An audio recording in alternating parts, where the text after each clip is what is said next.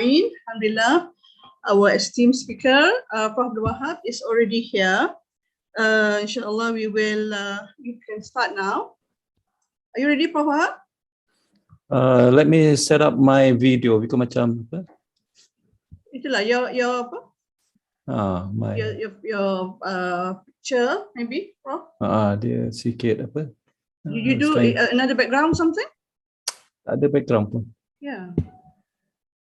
No background. Yeah, but I can't quite see you, but I can see your background better than yours. Tengok kejap shortly. It's okay, it's okay. Let me. Maybe I come out and come in again. Maybe okay, yes, press. Okay, Prof. Okay. Take your time, inshallah. Hold on.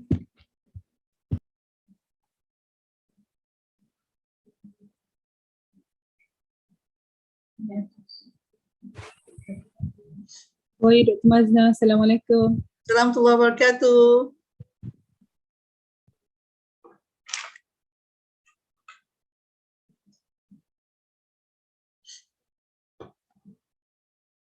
I tried to use a different background, but it doesn't suit me because of the, we have to have a different background. You have to be green background, that will work properly. Prof, I think still doesn't work very well, Prof. Yeah, I still I couldn't get the. Okay, let me do this. Let me do this. You look translucent now. Invisible. Can see I do through not you. know why. Dia ada macam some background yang kacau. Yeah.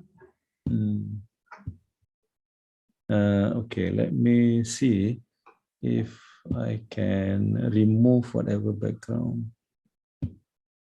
Okay. Alhamdulillah, yes, Alhamdulillah. Now okay, that's better. better, Prof. That's Now much better. Okay, now I remove the background. Thank you very okay, much. Alhamdulillah. Okay. Okay, inshallah, we're ready to start. Okay. Today I might sound a bit funny because of something in my mouth, but I hope all of you can hear and understand me very well. Inshallah, we will start our program today, which is part of Supervision Skills Enhancement series. And the title for today is a Brute Force Method to PhD Supervision. And our speaker is Professor Dr. Abdul Wahab bin Abdul Rahman. And he is a professor of Asst, and just recently he was our dean for I figured out it was 8 years, Prof. Is that correct? Yeah. Yes. Okay. Alhamdulillah. And I'll just hopefully summarize a little bit about our speaker's credential, which is quite long. So I have I will try to summarize a little bit, inshallah. Okay, Prof. Wahab have joined our kuliah of ICT since the year 2009. Prior to joining us, he was with Hewlett-Packard and worked in Singapore and Colorado, USA. And then that was before he joined as faculty member of Nanyang Technological University, Singapore in the year 1990. Okay, our speaker is an expert in the area of understanding and analyzing brain development and disorder using EEG and ECG as neurophysiological data modeling of the brain and the heart. Okay. Inshallah, hopefully today we will get a lot of valuable skill and knowledge, inshallah, on the topic of brute force method to PhD supervision. Over to you, Prof. Inshallah, all the best. Okay, thank you very much, Dr. Maznah. Let me share my screen here. Okay. Alhamdulillahi Rabbil Alamin. Assalamualaikum warahmatullahi wabarakatuh to all my colleagues. What I would like to do this morning is give or present to you an alternative method as far as PhD supervision. And in fact, from the original topic, which I call it brute force method to PhD supervision, I also include research, because the research part is where the student, and that is the most important part. Without the PhD research student, there is no supervision. So therefore, I thought that maybe I will include that part also. And because of that, what I want to do is to review. Maybe with that, it gives us a better idea of what research is all about and what are we supposed to do, as far as the PhD program. So that we recall, and I also want to emphasize some key points, okay, in that by which both the student and the supervisor plays an important role in order for the program, the PhD program, to be successful. It cannot be just one or the other, okay? But as we go along, I think we will be talking more about it. First, what is research?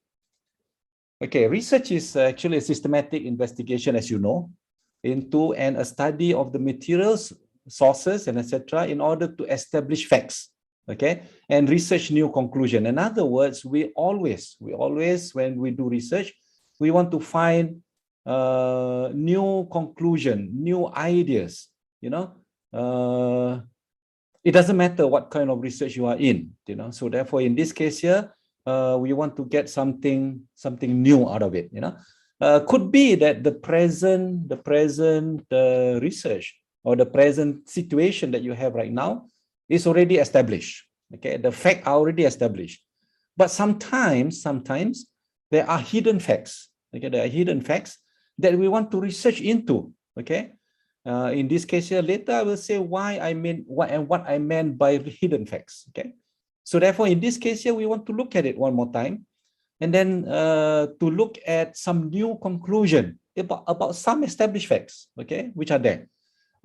We did qualitative research. In fact, one of the research example I can give you are we did a research on trying to understand about handphone usage, and this handphone usage is basically more for elderly person. Okay, so therefore, in this case here, when you do that kind of research, you will find that at that particular instant of time, this particular research is valid, and nobody can argue, with you. But as time goes by, new handphones come out, so you want to re-establish, because this is a new fact, and you want to go into new conclusion about it. So therefore, that is why research is something which is never ending.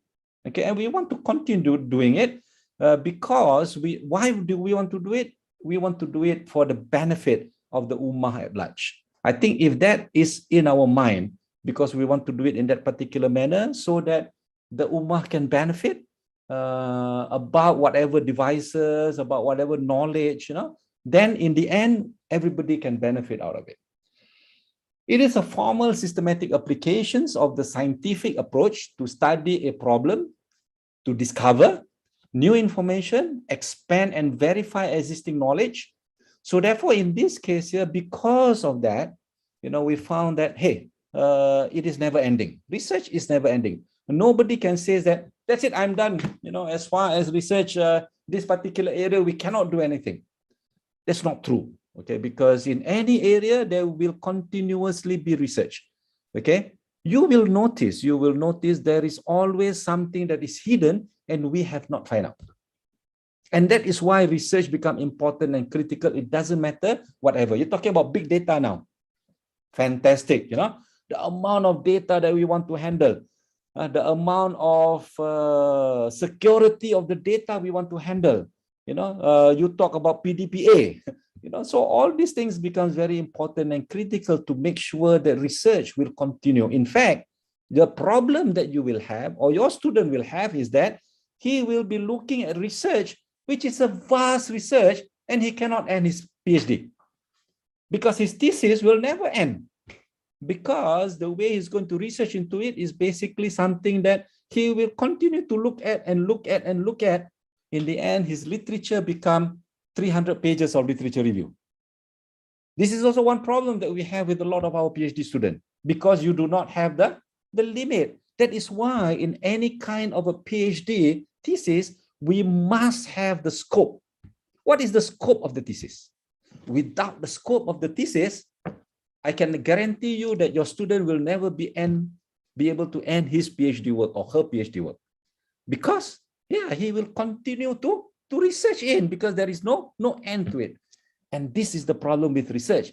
And research, sometimes, you know, you will find that there is a addiction to research. And when you are addicted to research, I think it's a positive sign, right? It's not a negative sign. So therefore, in this case here, addiction to research is good, but the problem is that you cannot find an end. You continue to look at the research because you cannot find the lights. And that light there is very blur. Then we are in trouble. So therefore, in this case here, for every research that you do, you must be able to look at where the light is. Once you can see the light, that's what we want to do. We want to end every research one at a time. We do not want to continue doing research and never ending. Okay? Even when you do fundamental research, you will have something like that. Okay, let me proceed. Next question we have. A research is a study and process to find out and produce one, new knowledge, of course. We want to gain new knowledge. We want to know what are the new knowledge that we can gain. Example, right today, technology-wise, you're talking about blockchain technology. You're talking about cybersecurity. Why cybersecurity is a never-ending knowledge? Because the guy who's going to hack the system will always have new things. That is also part of research. And because they are finding new things, new idea, new concept, new ways, you also have to find a new ways to help to prevent some of this cybersecurity and so forth. So it's never ending. You know, anything to do with human is never ending. Behavior analysis, mental problem, you know, that we face during the COVID situation, is never ending. So therefore, research is never ending and new knowledge is required. New ideas are required. New concepts are required. New framework are required. Okay. As far as the kuliah is concerned, you know, we have new knowledge, new ideas in using the brainwave patterns. You know, so we make use of the brainwave patterns. Now we are able to identify students or children, you know, with autistic ASD, or children with dyslexic, or children with other types of learning disability. For example, like ADHD and so forth. Why in the olden days they don't do that? Because EEG are very expensive. But now EEG is very cheap. People can buy and it's affordable by the clinics, affordable by the hospital, even it can be bought by what they call preschoolers. So therefore, in this case here, more and more devices are available. IoT devices are available. So therefore, opportunity, especially for KICT, for us to do more research in a particular area is endless. So I do not believe that any one of us will say that, sorry lah, Prof, you know, my research is dead end. There is no dead end to research. There is always opportunity for us to do research, to look into new things, to search into new knowledge, new ideas, you know, equipment. You know, we used to do ECG, you know, so you monitor your heart using ECG. And in the olden days, we don't have ECG. What do? We use the stethoscope, you know, stethoscope to listen to the heart. And you know, the Chinese, just by holding your what do you call that, by listening, or by having to know the pulse of your arm, they can even tell you how sick you are, which part of the body is sick. Therefore, those technology, how can we transform that into equipment that we can use? Exactly. So therefore, in this case here, there are a lot of things. Our kuliah of engineering, they introduce the robots, you know, the medical robots. These medical robots is supposed to help the hospital. And there are more to it in order to research into the medical robots. It's a never-ending research just to look at robots to actually help us in this particular case, you know. So therefore, it's never ending. Equipment, you know, even though we don't have to build equipment, we can use equipment, like new equipment, you know, new handphones, there are a lot of opportunity to use some of the devices in the handphone itself. There are a lot of other devices in the handphones that we, as a researcher can research into and optimize and use it for our benefit. Okay. Of course, a lot of you will argue with me. Theory, of course, Prof, is almost impossible. Who are we? No, I don't think it is impossible. You can come up with new theory, and all these theoretical aspects. For example, I know that in the Kuliah of Science, in our Kuantan Kuliah of Science, there are a lot of new theory that they can come up with because they have done a lot of research, especially in the in the environment that we are in. Like for example, you look at seaweed alone.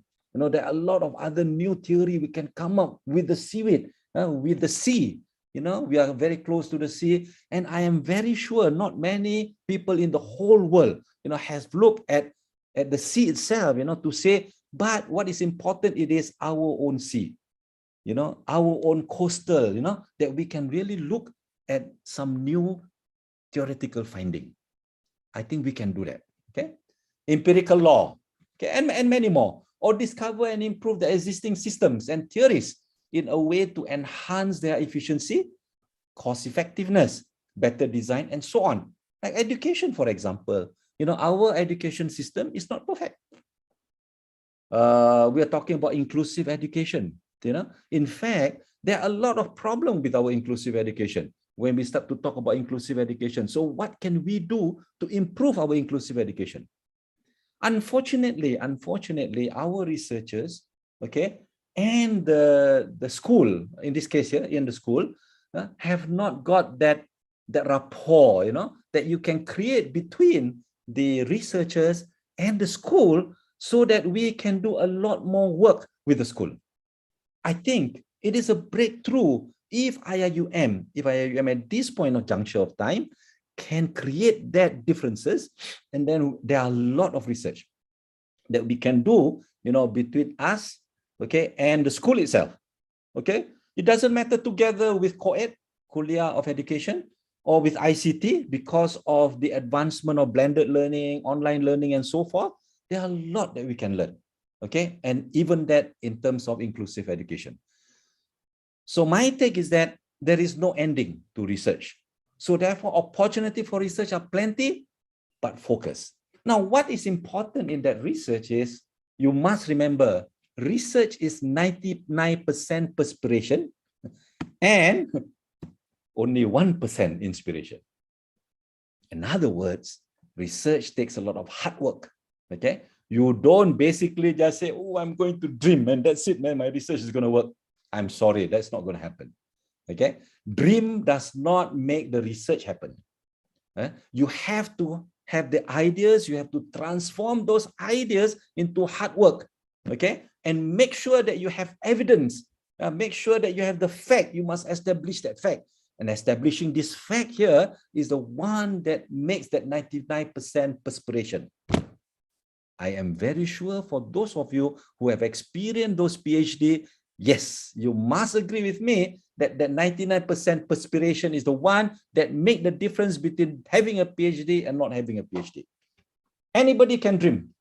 That 1% inspiration is very simple. But to do the 99% perspiration is the one that every one of us with a PhD, has gone through. And yes, you must agree with me and said, is a real pain.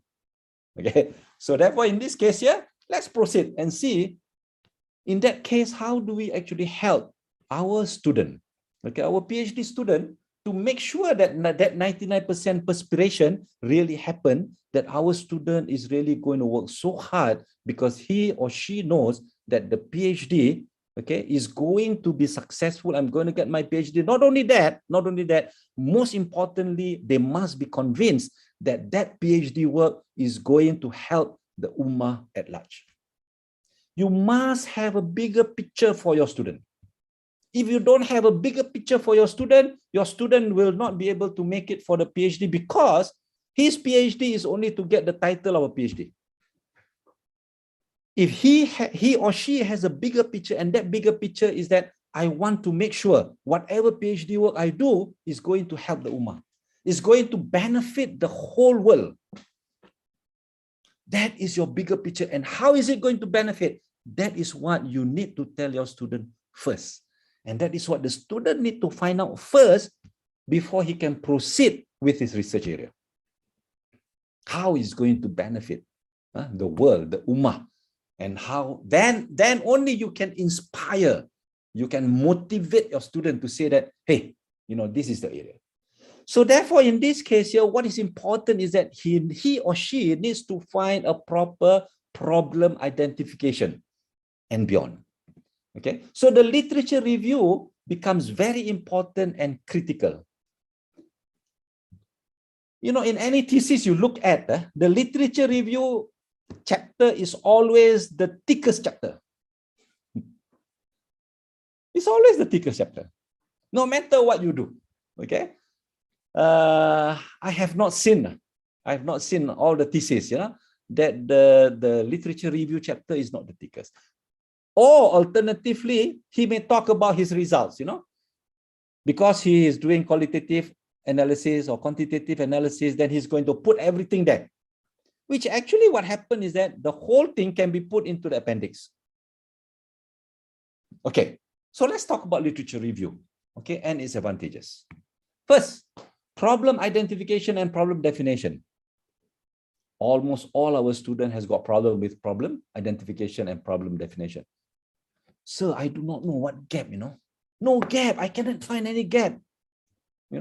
My work, I cannot find any gap. So far, all my literature, everybody has covered, no gap.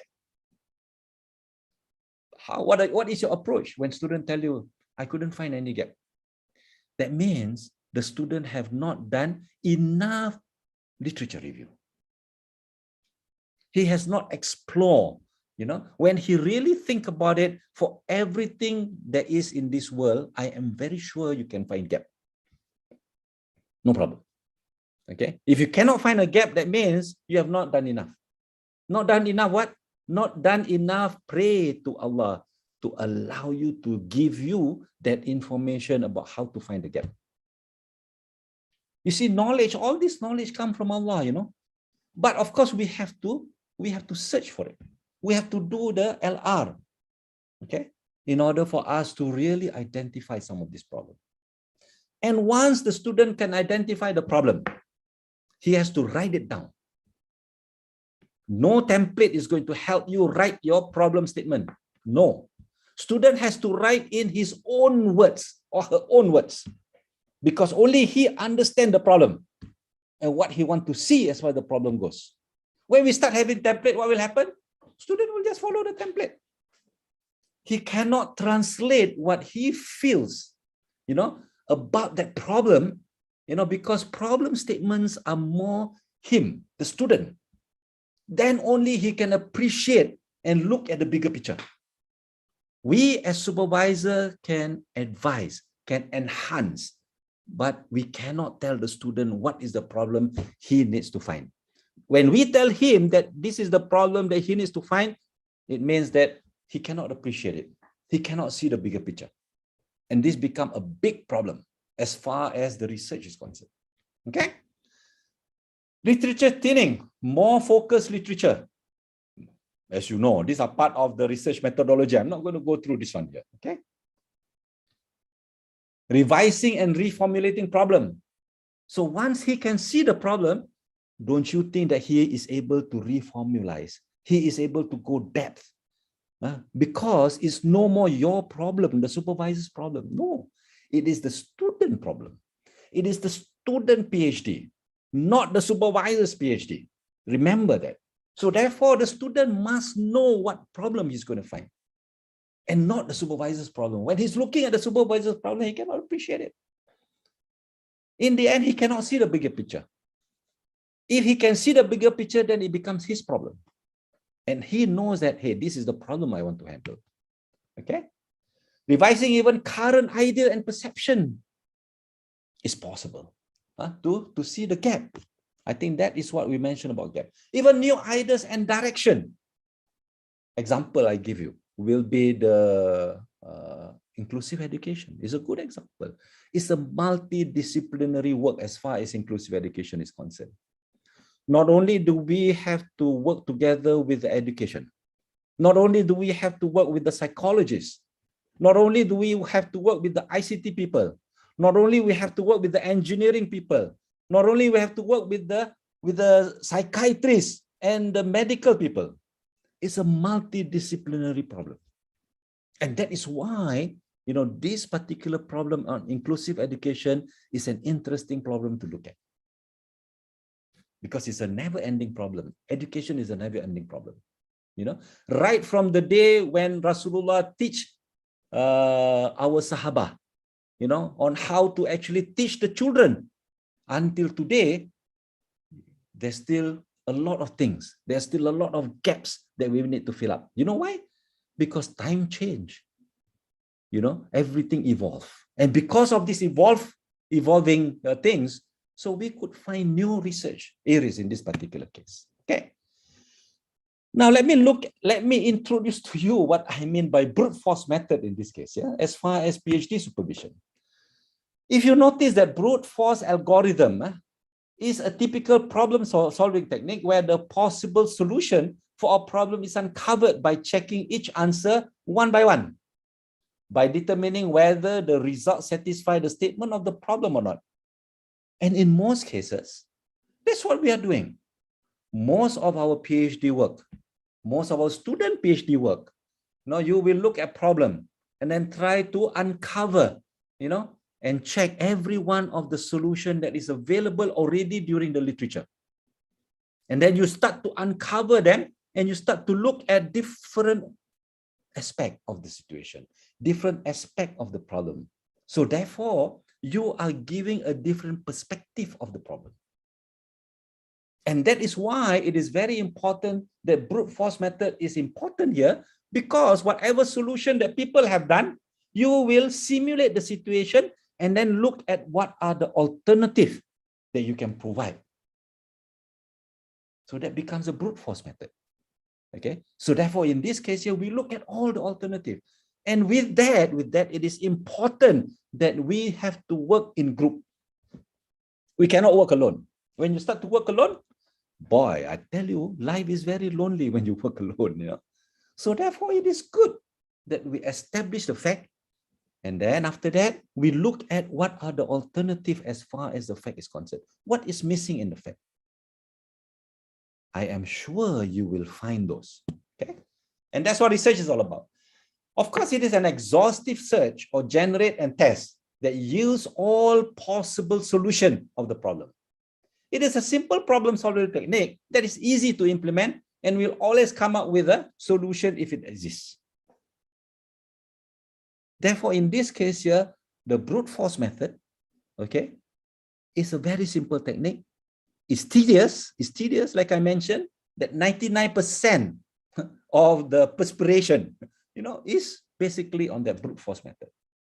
In other words, you have to try, you have to look, you have to basically, if people present in a paper, you want to experiment them and see what is missing in that particular experiment that they have done. It becomes important for you to be able to repeat those experiments. That is why it is important when you write papers. When you write papers, for example, make sure that your experiments are repeatable.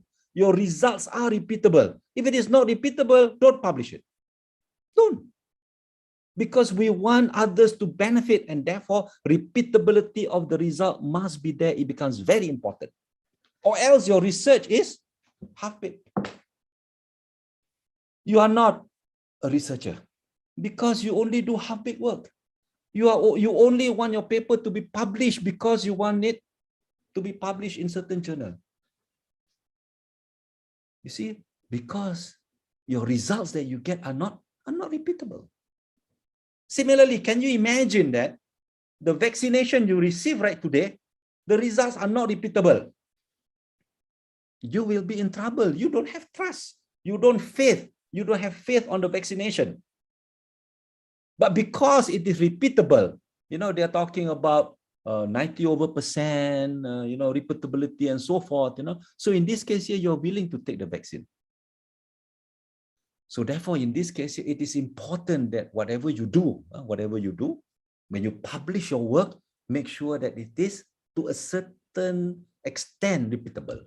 May not be 100%. I mean, you don't expect 100% repeatability, but at least there are some degree of repeatability that you can achieve. Okay. The computational cost of brute force method is directly proportional to the number of solutions. There could be a number of solutions that you can come up with. But are you going to take all the solutions? Maybe not. Okay. So therefore, the initial part of the brute force method in your PhD supervision can be important and critical, especially at the problem finding. You want to do that brute force. But after that, oh, clean already. Now we can do our work. We can do our PhD. Okay. It is ideal to use when the problem size is limited and small and does not have complex and large problem set. Remember, I told you earlier, what is important in the PhD work is that there is a scope. So therefore, you establish the scope of your this brute force method. What is your scope? Once you have established the scope, now you know these are my limitations. These are the area I want to encompass. Anything out of the scope? Nope. Sorry, not my area. So now you have a limitation. Because you have that limitation, the brute force method becomes practical. If you don't have that limitation, what will happen to the work? Your research is a never-ending research, and I bet you even after 10 years, you don't get your PhD. The student, not you, the student. You already have your PhD. Okay. So therefore, in this case here, it is important. It is important that we tell our student, whatever that they want to do, there must be a scope. You must establish a scope. No such thing as, oh, it's an open-ended research. No, you must have a scope. Okay. And you must be the expert in that particular area. You do not expect that student to read and learn and teach you. Then you become the student teacher. You become the student and your student become the teacher. I don't think that is the way. I know some of our researchers, I don't call them researchers, I call them lecturers. They are not researchers. Some of these lecturers that I know, okay? When it comes to this kind of thing, oh, I want to learn from my student because it's a student area of expertise. No, the student wants to learn from you. You are the supervisors. You are the advisors, you know. So you must be expert in that particular area, that particular field that you can advise the student. You can supervise the student. If you are not, get somebody else to do it. You know, don't be unfair to the student. I think that's very important. So once you are the expert, you can find during the viva, during the viva, when as an examiner, you ask student, question like that, the face of the supervisor change. When the change of the face of the supervisor saying that, oh boy, how come this student doesn't know how to answer? In other words, he or she is the expert. You see? And students have not reached that level yet. But the student is always a student. That is why later I will show you what is important, to make sure that we make sure our students are ready, okay, before they go for the viva. Okay. So therefore, in this case here, you have the scope. So what is PhD supervision? The aim of any PhD program is to ensure that their PhD student become skilled researchers. Remember, we want our student, when they graduate, to become skilled researchers. You have graduated with a PhD, you are a skilled researcher in the particular area of your expert. That is why you are called experts with a PhD. Don't try, don't try. Oh, this particular field, is very new. Everybody is going into that field, so I want to go into that field. No. Develop expertise that you are expert on. Because once you are expert, you have the confidence, you can teach your student. You can advise your student. You can supervise your student better. And that is important. So therefore, a PhD program is to ensure that their PhD student become skilled researchers. So I failed my student. Right after, or right before, what do you call that? Proposal defense. Failed my student. I kicked my student out. Have I been successful? Yes, I have been successful because that particular student do not fit to be a researcher. I don't want to waste my time. I don't want to waste his time or her time in this case here. So therefore, in this case here, I am being fair to him and say, you are not a researcher. Don't do research. Go and work and contribute to other development work. There are a lot of other development work that you can do. There are a lot of other service work that you can do. I remember, when I was working for Hewlett Packard in Fort Collins, Colorado, I have this guy. He is a tool and die maker. And he, as a tool and die maker, he is expert in that particular area in doing tool and die making for mold, plastic molding. And because he is the expert, nobody else can design tool and die, for plastic molding, like the key top, it's not easy to design the keyboard, the key, on top is very difficult. His pay is far better or much more than even the CEO of the company. And he only worked for 9 months. The other 3 months, he take vacation. Don't ask me to work. So therefore, being an expert is very important. Being a skilled researcher is very important. If the student cannot do it, don't. When I was in NTU, at least 60% of the undergraduate students fail during their first year. They just cannot cope. And when we say fail, we fail. Out you go. Sorry. But as you progress, students learn better. They can cope, So therefore, in the end, at the final year, you expect less than 5% to fail. That's fair. Same thing with PhD work. The initial 2 years is the most critical year. Student fail, student cannot cope. Bye-bye. I think it's good for us to tell the student to bye-bye at that particular instant of time rather than waste their time, and after 6 years cannot finish their PhD. I don't think we want to do that. Okay? And that is something that you become unfair. Not only to yourself, because you have to supervise the student, but to also the student. Okay? Of course, I've not talked about quality, but put quality aside, I do not know what MQA is doing as far as quality is concerned, but I don't agree with MQA. So that's my fact. Okay. So a successful PhD program is the partnership between supervisors and the PhD student. There must be a partnership, the agreement between you as a supervisor and the PhD student. If there is no agreement, no partnership, forget it. Okay. So you must already have a commitment that I'm going to be the advisor to my student or be the supervisor to my student. Therefore, you have to put effort. You have to put work. Okay. And that amount of work becomes important and critical. You don't put amount of work, forget it. Don't supervise. Don't be unfair to the student. Okay. Because these are not laissez-faire. You are talking about their life also, to supervise them. So therefore, we have to be fair to the student, unless the student don't take the initiative. The student don't care. And then in that case, I think you might as well tell the student, don't waste your time. Don't waste your time. Don't waste my time. Forget it. PhD is not something you want to do. I have student. Don't even bother. Then I go and tell her, forget it.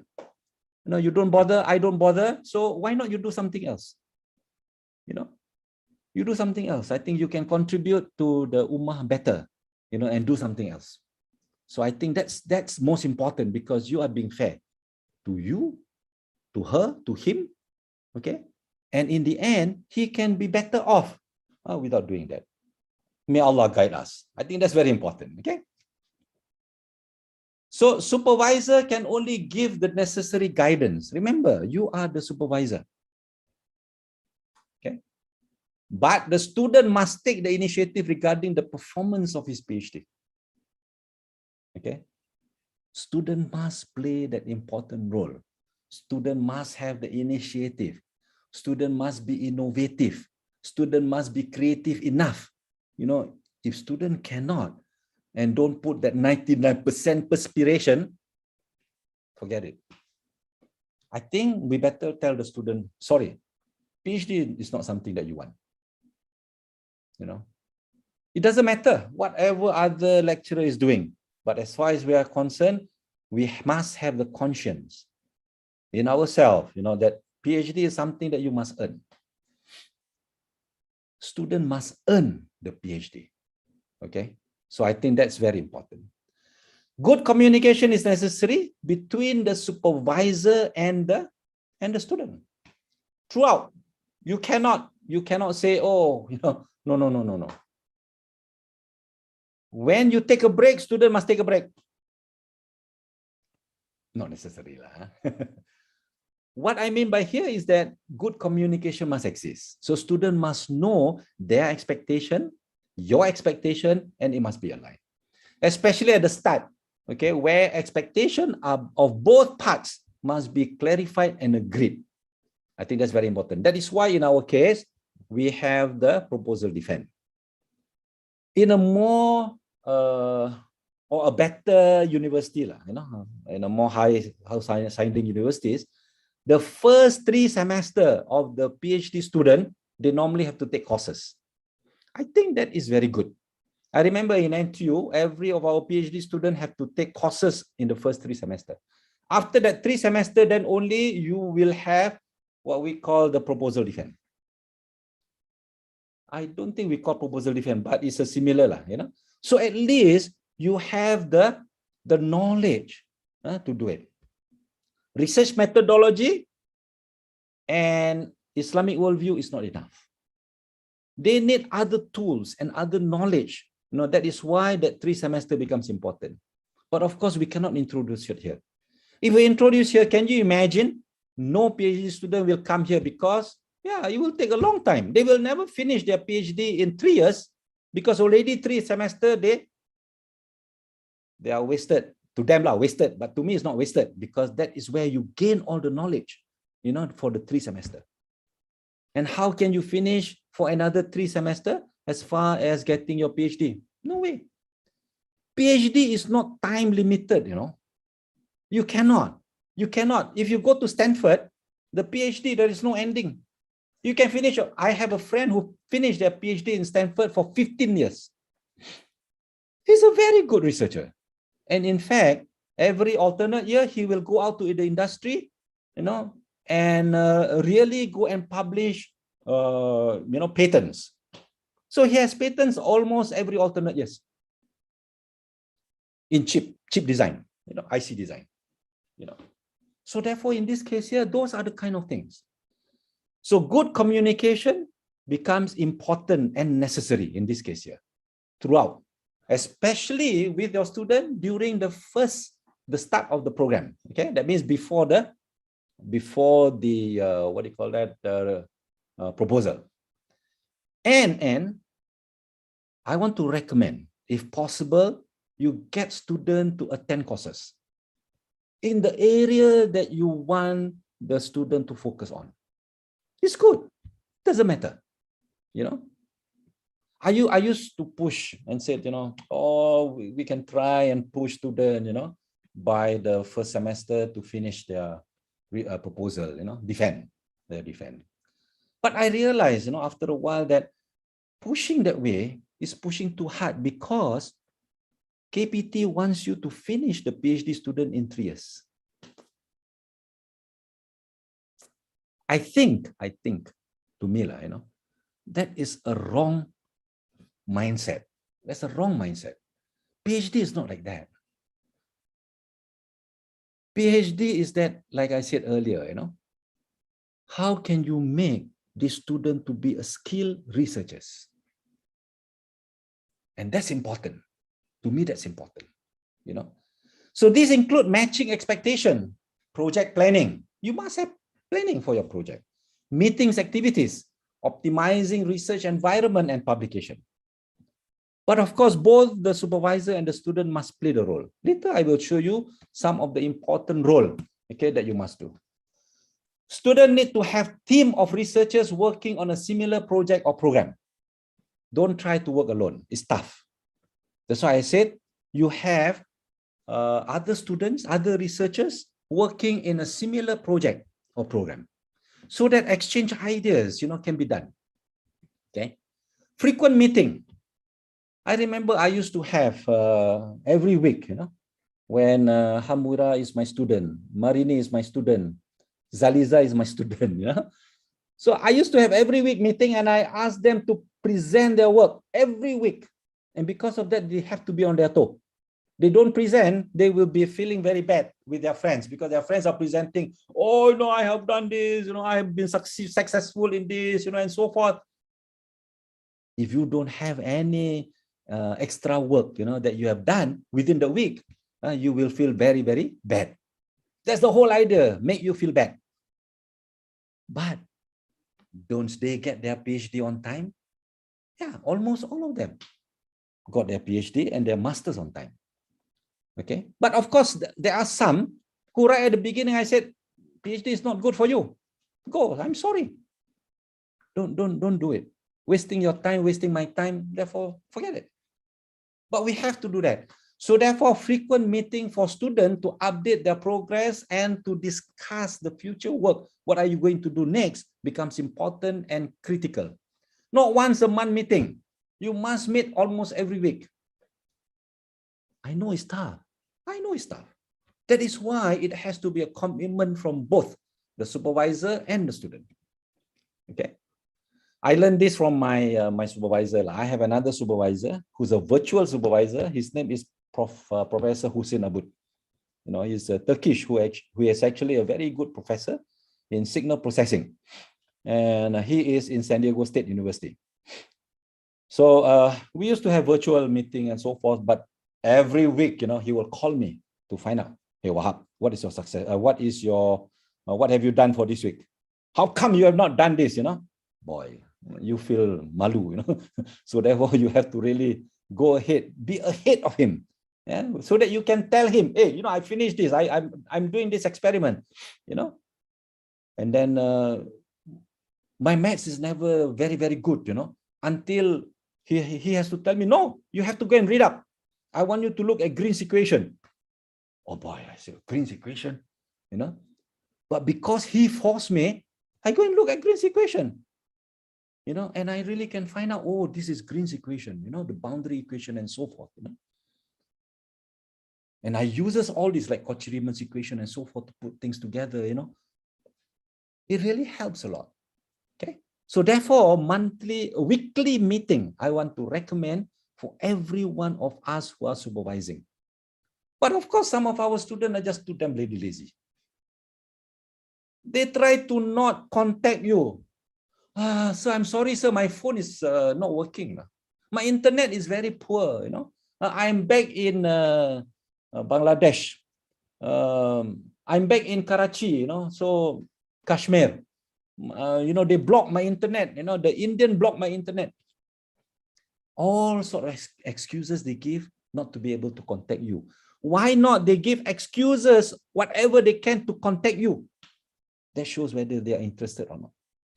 So allow senior students to lead the team and manage the group. It's very important for you to teach them. In fact, when I was in NTU, our PhD students are forced to teach. And that makes the difference. Here you cannot. You ask our student to teach, then you are in trouble, MQA will come after you, KPT will come in after you, the legal will come in after you. Everybody will come and chase after you.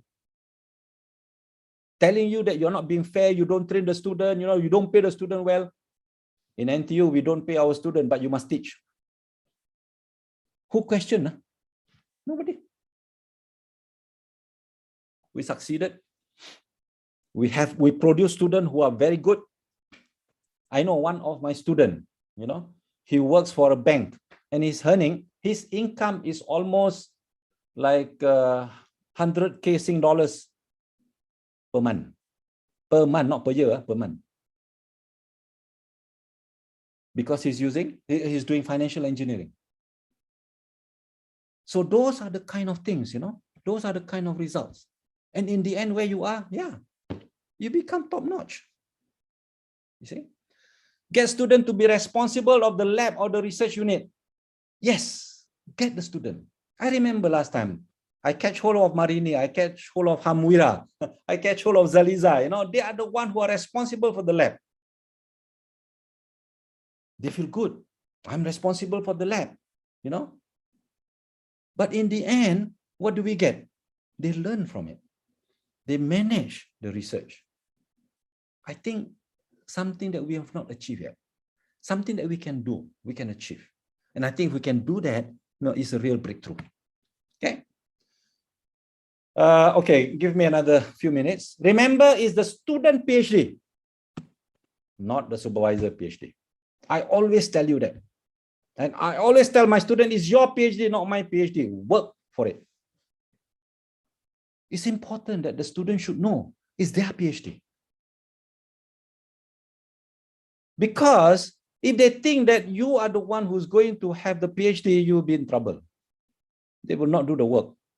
But if they know this is their own PhD, I'm not going to do anything. I'm only an advisor to you. I'm only supervising you. It's your PhD work, so you better work hard on it. You don't work hard on it, I'm okay. Okay? A lion supervisor can help the PhD. What is a lion supervisor? Okay. So Maznah, I have another 5 minutes. Possible, Prof, yes. Okay. Actually, I need more time, but okay, tak apalah. Some other time. One is, remember in the Surah Al-Kahfi, our Prophet Khidir alayhi salam teaches Prophet Musa alayhi salam about what the interpretation of life. Remember? Therefore, in other words, we as a human, we do our research, qualitative research, quantitative research. We are only looking at things in one perspective. Unless otherwise Allah will show you the way to look at into another perspective, you will never be able to see them. Therefore, it's important for us to pray and pray hard, especially the student, because they have to. They don't pray, Allah will not allow them to see. Whatever they do, they will be blinded.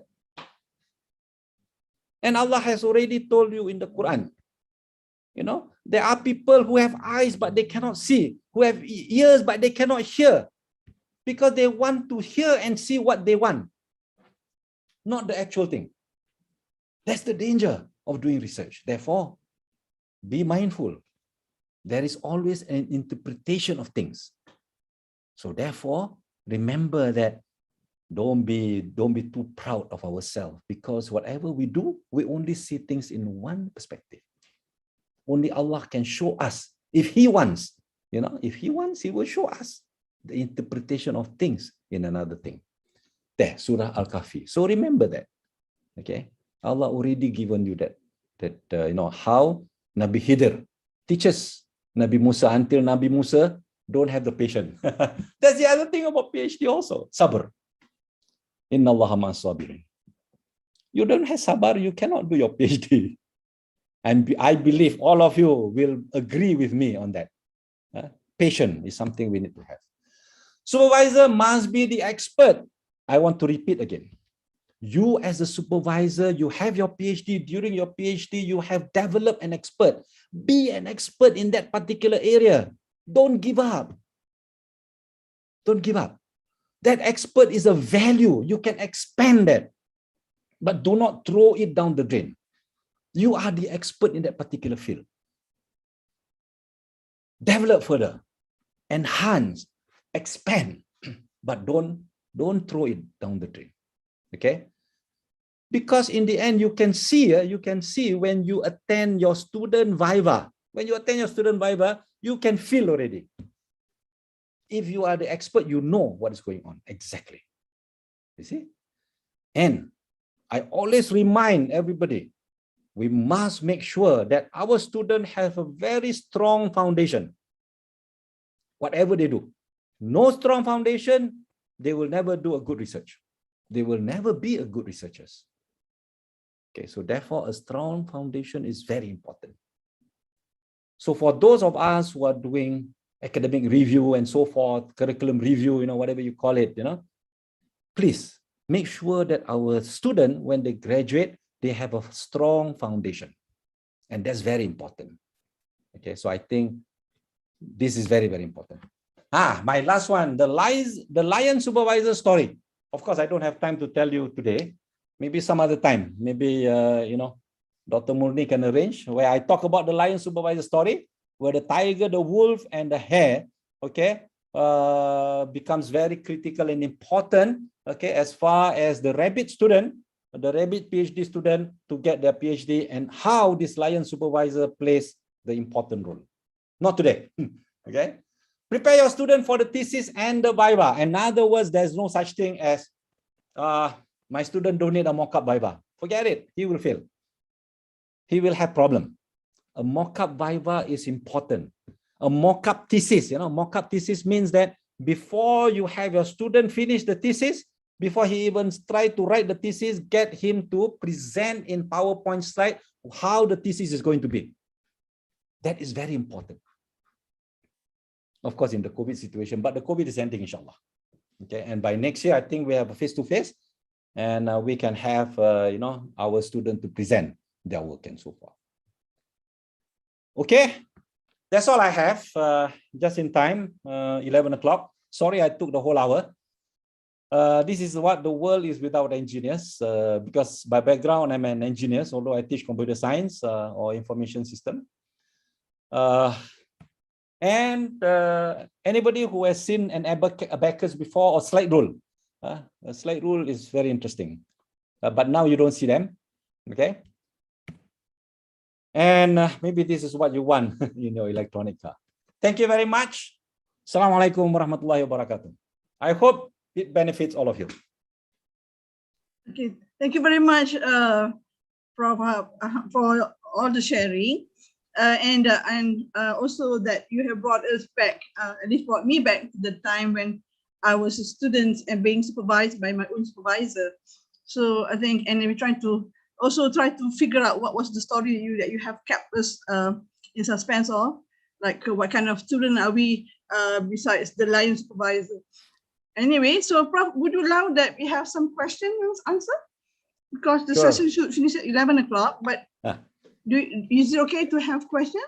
Yeah, if you don't mind, if the rest of you don't mind.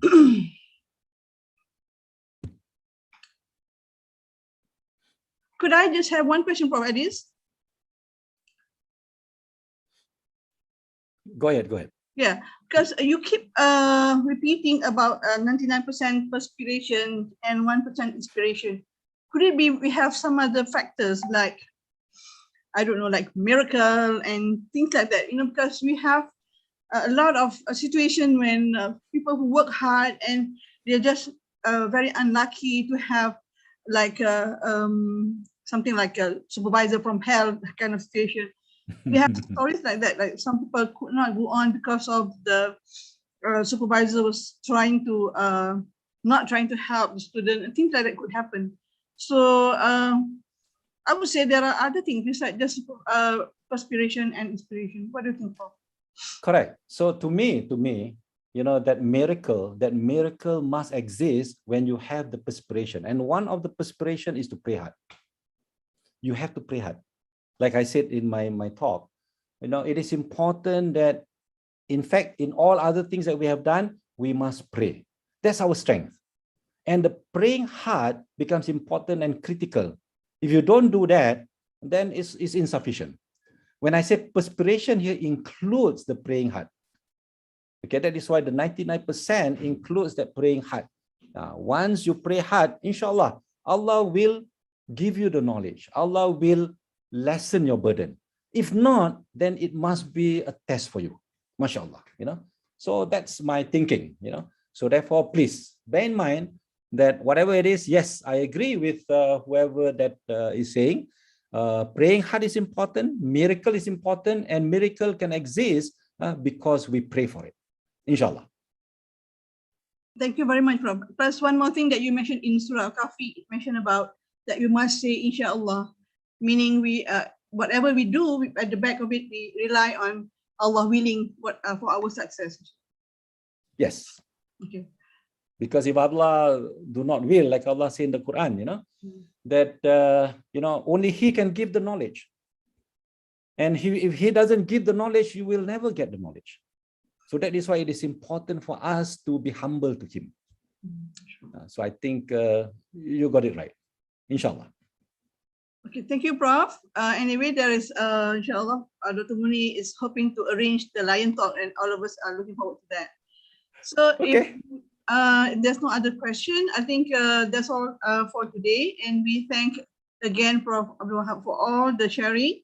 And then hopefully we will all work very hard at whatever we do to inculcate this, inshallah, spirit to go on whatever good thing we're doing with this research. So that will be all. Thank you very much again. Wabillahi taufiq wal hidayah. Assalamualaikum warahmatullahi wabarakatuh. And we will end this with tasbih kafara and surah.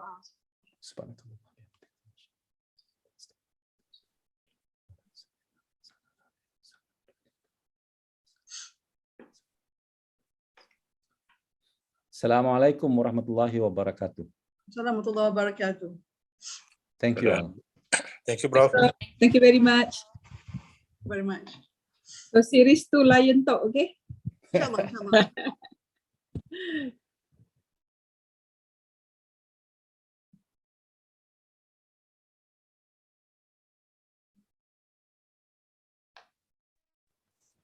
Thanks very much, Dr. Maznah. Thank you very much, Dr. Muni. Really appreciate your time. Yeah, we see you again, inshallah. Inshallah. Thank you very much. Assalamualaikum. Warahmatullahi wabarakatuh. Oh, and thanks keeping it in time. Billah. Okay.